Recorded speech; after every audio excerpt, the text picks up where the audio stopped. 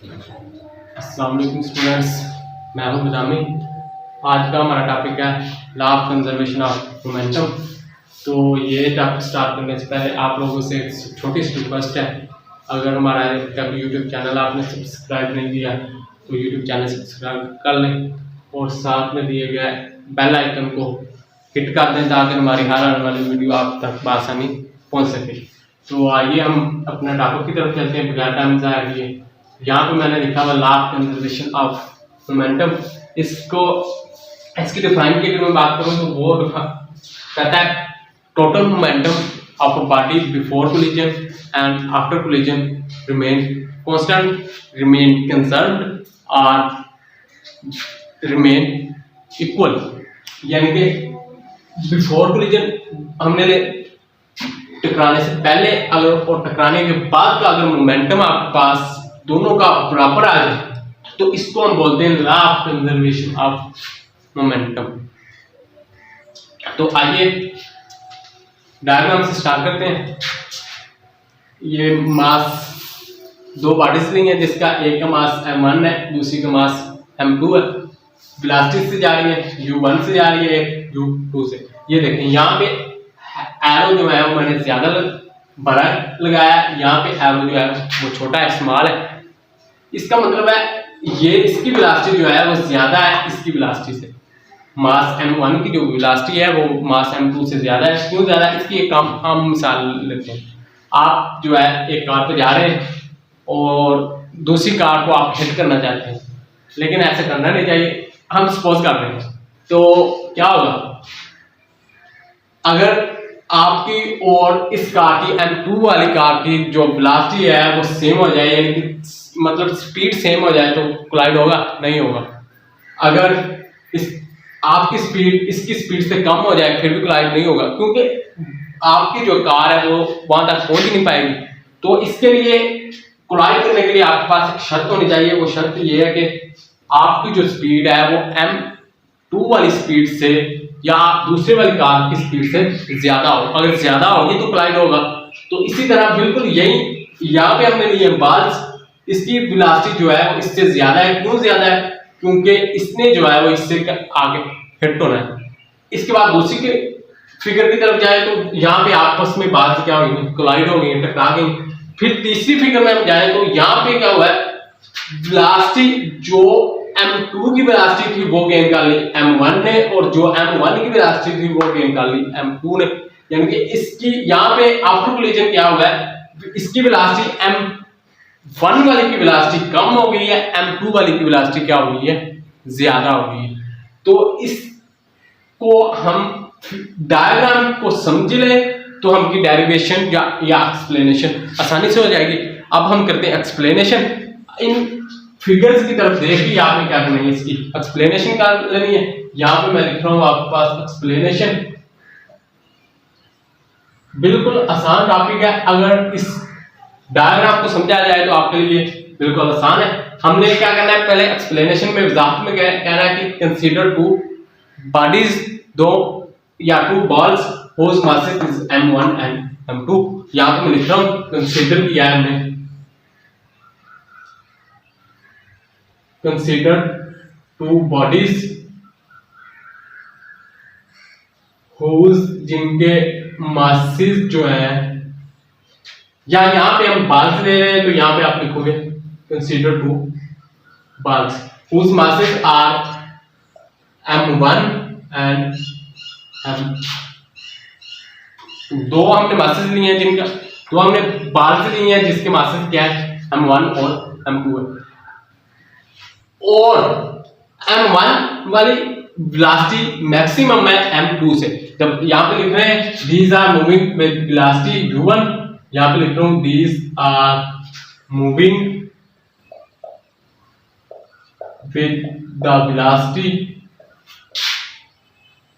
कौन सी वेलोसिटी के साथ, u1 एंड u2। ये दो वेलोसिटी से मूव कर रही हैं, जिस एक मास m1 की वेलोसिटी u1 है और m2 की वेलोसिटी क्या है, u2 है। यहां पे बात करेंगे इस एरो की the velocity of mass m1 या ball m1 is maximum than the velocity of m2। तो यहां पे मैं लिख रहा हूं the velocity of m1 is maximum than the velocity of m2। जो वेलोसिटी m1 की है वो मैक्सिमम है किसके, m2 के। आफ्टर सम टाइम, कुछ वक्त के बाद क्या हुआ है, अब मैं आप दूसरी फिगर पे आ जाए, कुछ टाइम के गुजरने के बाद क्या हुआ है, बॉडीज आपस में टकरा रही हैं। आफ्टर सम टाइम, कुछ टाइम के बाद the bodies collide with each other. दोनों बॉडीज क्या हुई है, एक दूसरे से टकरा गई। आफ्टर कोलिजन क्या होगा है, the velocity of mass m1 is v1 and the velocity of mass m2 is v2। तो यहां पे लिख रहा हूं after collision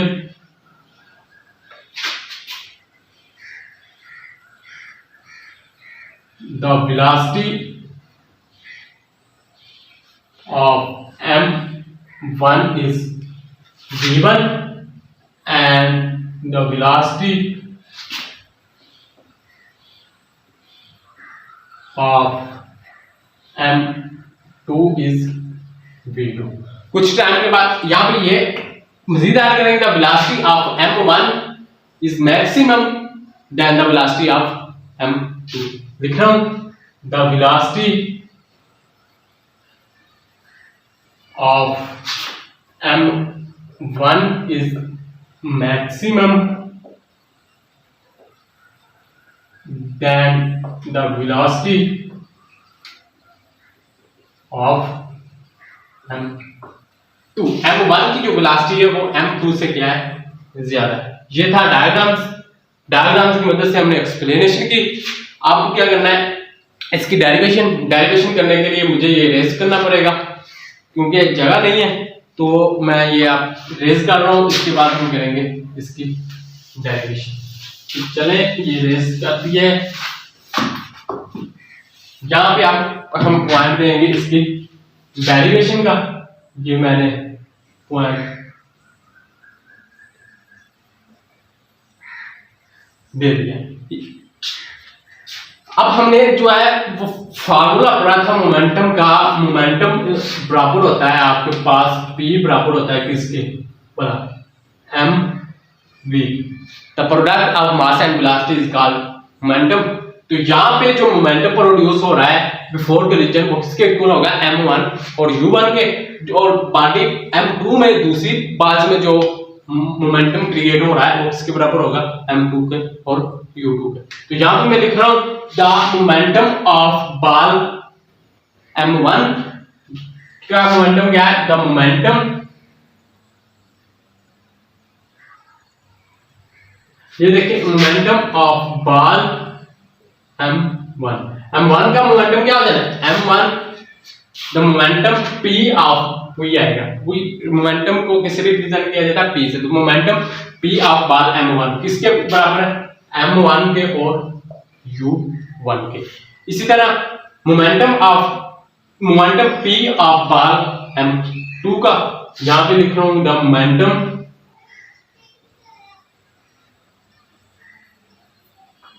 of momentum p of ball m2 वो किसके बराबर, m2 और u2। ये देखिए हम आप डायग्राम समझ लेंगे तो आपकी सारी एक्सप्लेनेशन या डेरिवेशन हो जाएगी। ये डायग्राम की तरफ देख के एक्सप्लेनेशन और डेरिवेशन आपके पास की जा रही है। तो अब हमने निकाला है इनका टोटल निकालने के लिए हम क्या करते हैं, ऐड कर देते हैं। ऐड करने के लिए बॉल m1 का मोमेंटम और बॉल m2 के मोमेंटम को क्या कर देना हमने, ऐड। यहां पे मैं लिख रहा हूं total momentum of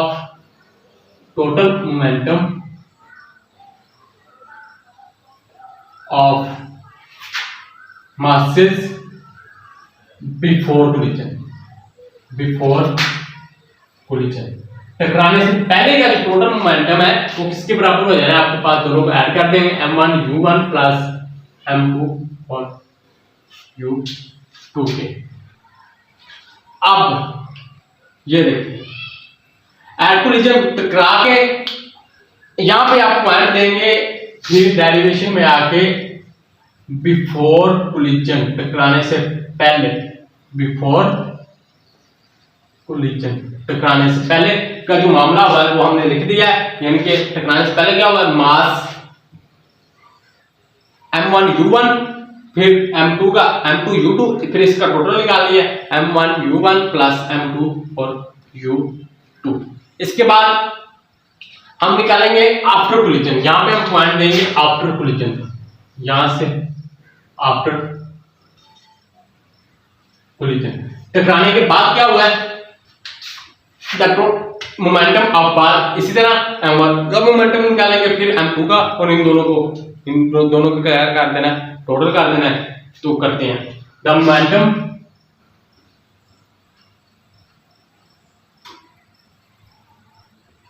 P of body या बाल m1, यहाँ पे आप बाल लिखेंगे, शुरू में हमने बाल लिखा है तो यहाँ पे भी आपके पास m1 का किसके बराबर, वही फार्मूला P बराबर mv, तो यहाँ पे m1 है और v1। इसके बाद दूसरी बात का निकालेंगे तो मोमेंटम P, यहाँ पे the momentum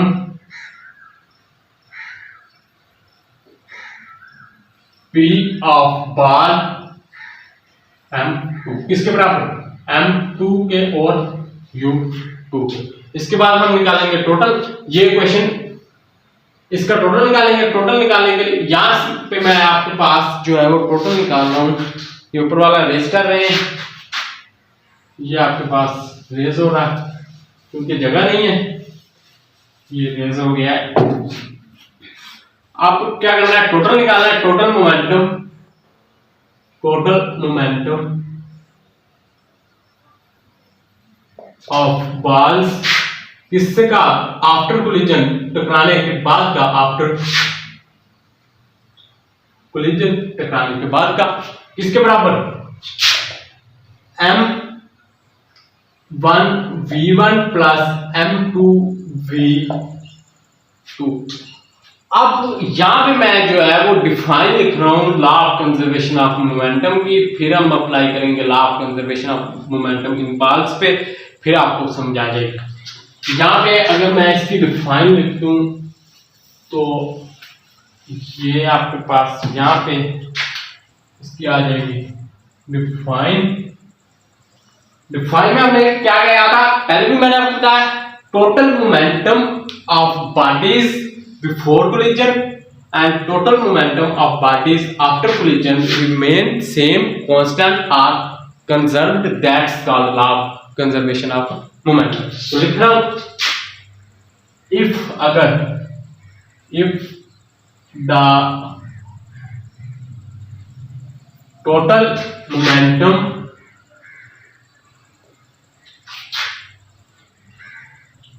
of bodies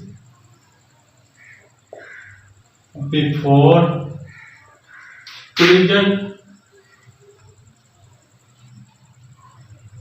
and total momentum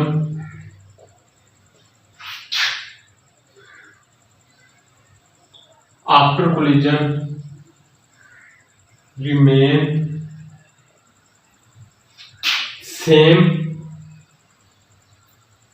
or constant, that's called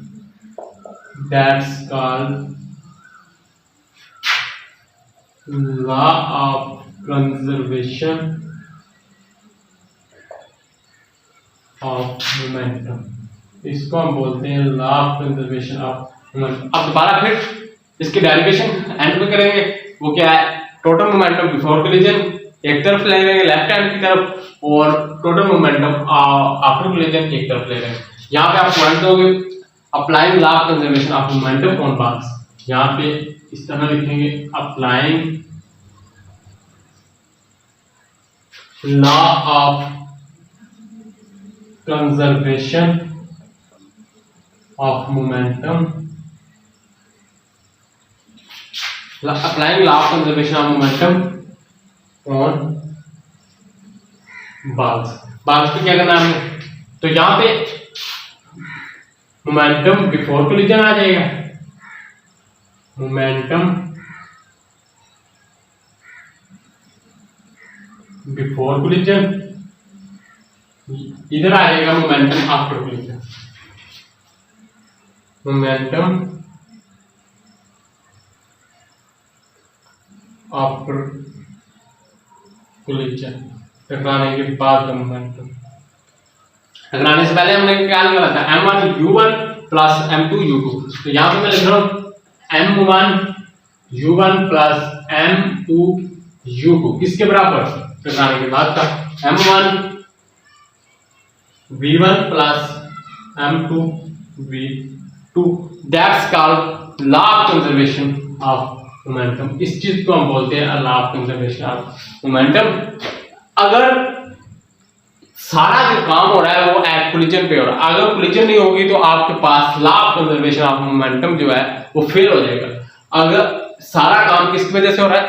eight collision. जब टकराएंगी तो जो है वेलोसिटी जो है वो m1 वाले की जो वेलोसिटी है वो m2 गेन कर लेगा, m2 वाले की जो वेलोसिटी है वो m1 गेन कर लेगा। तो सारा काम किसके अकॉर्डिंग हो रहा है? एट कोलिजन का। एंड पे क्या है? m1 u1 किसके बराबर आ गया, जमा m2 u2 किसके बराबर आया? m1 v1 आएगा, यहाँ v1 जमा m2 v2। दैट्स, इसको हम बोलते हैं law of conservation of momentum. तो आज का टॉपिक हमारा हुआ खत्म और मिलते हैं कल नेक्स्ट टॉपिक के साथ। तब तक के लिए अल्लाह हाफिज, और आप हमारा जो है वो चैनल सब्सक्राइब करना ना भूलिएगा। तो चलिए, अल्लाह हाफिज।